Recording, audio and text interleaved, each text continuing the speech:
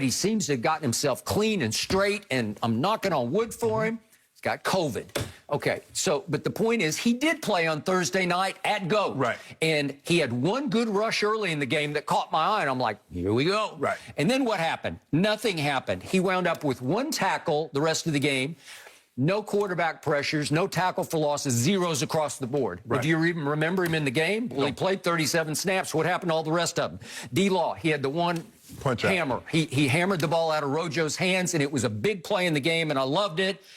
And he wound up with 5 tackles, which, the way they were playing the other night, that was actually pretty great. But he had 0 sacks, 0 tackle for losses, 0 hits on the quarterback. Right. Well, they as a team, they had 0 sacks. Right. Well, Skip, if you take out Gregory, you take out D-Law, and you say, well, they came up empty-handed then, it's not like their backups are better than those guys. Okay, so now you go into Kamara and Basham? Okay. But Barsham, excuse me. Basham. Basham. Yeah. Dorrance Armstrong, probably, and Terrell Basham. I do like him. Okay. I do like Armstrong. You know what?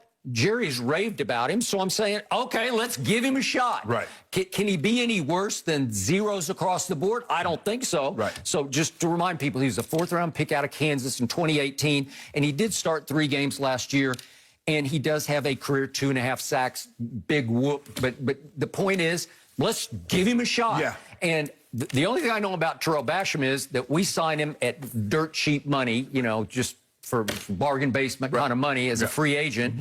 And he was a 3rd-round pick of the Colts back in 2017, immediately got cut by the Colts, and he gets picked up by the Jets, and he had a few flashes. He does have a career 7.5 sacks. Okay, so I'll go with that. But the only thing I really know about him is in Hard Knocks. I think it was the 2nd episode. He's doing stand-up comedy, and it was not very funny. Would you agree with that? I would agree. Like, I kept wanting to even chuckle. I couldn't even get a chuckle going. Right. But he did impersonate, guess who? DeMarcus Lawrence. Right. Well, now he's got to literally be DeMarcus Lawrence. Right. So you can do his voice. Can you do his sacks? Right. Because, listen, D-Law made the Pro Bowl in 2017 and 2018. Correct. It seems like years ago, Right. but still. Can you step in? Maybe so. Maybe he'll give us a little jolt that those guys couldn't. But Skip, the thing is that D-Law could do, D-Law was really good against the run. Although those games that you highlighted wouldn't be indicative of how well he can play against the run. Were they just running completely away? No, they weren't running completely away from him, because remember, the reverse came to his side that ended up being the touchdown to OBJ. Yep. I just think the thing is, the question is Basham is a smaller guy who basically the Cowboys love his potential. Is he going to be able to hold up on the run side of it? D-Law was tremendous at the run.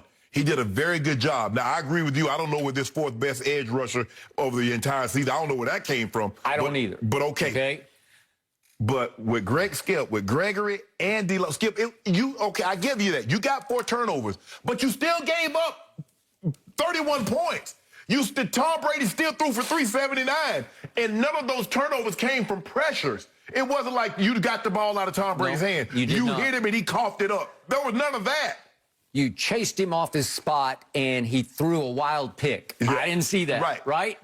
Okay, so my point is, new coordinator Dan Quinn, this is a what-the-hell game to me. This is where you just throw everything out the window and you basically throw the kitchen sink at that young quarterback, and you just blitz the hell out of him. You got Micah Parsons. Just unleash the beast. Just let him fly, because he's probably the best rusher on the field, right? The best pass rusher you got. You do realize now, are you willing to rob Peter to pay Paul? Because you got to have to sacrifice the back end. You like Anthony Brown in single coverage? You like those guys other than Trayvon and other than Diggs? You like those guys in coverage? Okay, do you want slow death or quick death? You know, like that's what, like, I don't.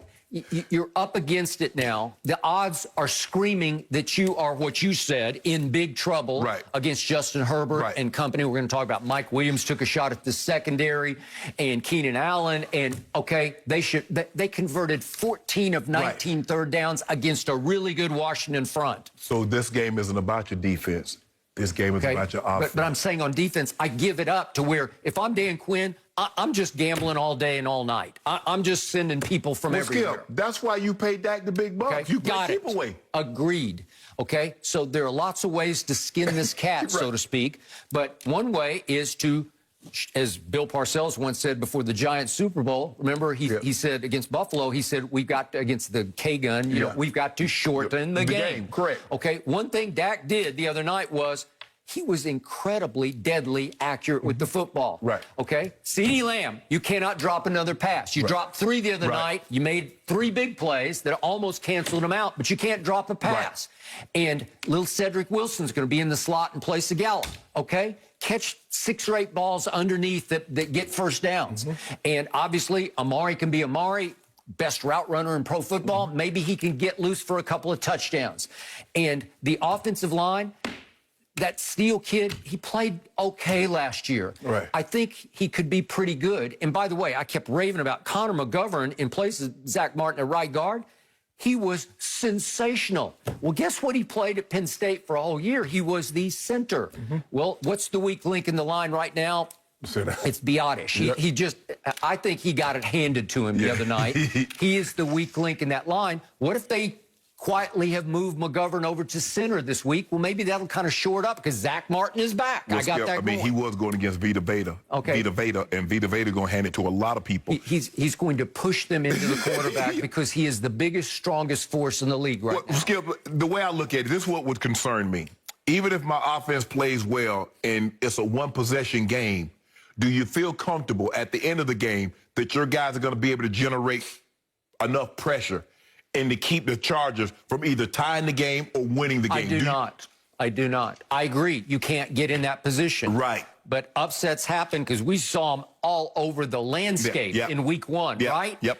So if you do end up 4 or 5 point underdog, let's go. Right. And Mike Williams is laughing at the secondary. Let's go. Right. Let's suck it up. Let's play a little over our helmets this time. You're going to have to. Let's hope that Dak is completely back as the leader of this franchise. He's going to have to be Dak, Tampa Dak. Tampa Dak. I agree with you. And Tampa Dak can control the football. Right. And Sleek Zeke has to contribute on a much higher level to me to control the football because you can, in the game of football, as you well know, you can play some keep away. Right. You can drive it. Yeah. If you can go 12 plays, 13 plays, 75 yards, and eat that clock, that'll work. Right. Okay? Because I think offensively, you have enough firepower and enough high-quality veterans in the offensive line. Listen, Ty Smith was really good. Right. I know Lyle Collins was really good, too. But that's how you should have to win games. Okay. How does Kansas City win games? They're not winning games with defense. They're putting all that pressure on you with my homeboy. Okay, but he's just flinging it all over the lot. And so now Dak, understanding that my defense is at a disadvantage, I've lost two of my best players on that side of the football. Yep. So now I can't, you know what, they're going to be able to bail us out, yada, yada, yada. No, I'm going to have to be what I believe I am. Many people says I'm a top 5 quarterback. They say I have the 5th best odds to win the MVP. That is correct. You saw what I was capable of doing on opening Thursday night. I agree. He's going to have to be that. And I called him out yesterday. He has lost 6 straight road games, including the one, obviously, barely to GOAT at GOAT. But 6 straight, and he's 6-13 over his last 19 road games. You're going to have to get somewhere in the 30s, Skip. Okay, you're going to have to go play at the Tampa Dak. We got to see him at SoFi. It's going to host the Super Bowl this year. It's going to be a big stage game. But you know, I mean, you guys probably have more fans than they will. You know what? I agree. And by the way, our man Derek downstairs, the security guard, he's going to be right there. He excited. Front and center. He is excited. He's going to his first game. Yeah, I'm like, you'll see him lose in person. You know how many thousands of people in Southern California saying, I'm going to my first Cowboy game? Yep. They will be there. It will sound like a Cowboy home game. And they'll get the very same experience you got in your first Cowboy game. Can you tell the people at home what happened in your first Cowboy game? 34-24. But guess who I went to root for? Who did I go to root for in the game? I actually went to root for the St. Louis Cardinals because that's the only team we got on television at that point in Oklahoma City, Oklahoma. So the Cowboys were all new to me. But I took one look at the star, not only on the helmet, but on the shoulder pads, and I said, I love that. Those are some of those. They normally wear those throwbacks on Thanksgiving. A lot of times they wear them on Thanksgiving. Okay, so they got me, and they still got me, and I'm not giving up on them.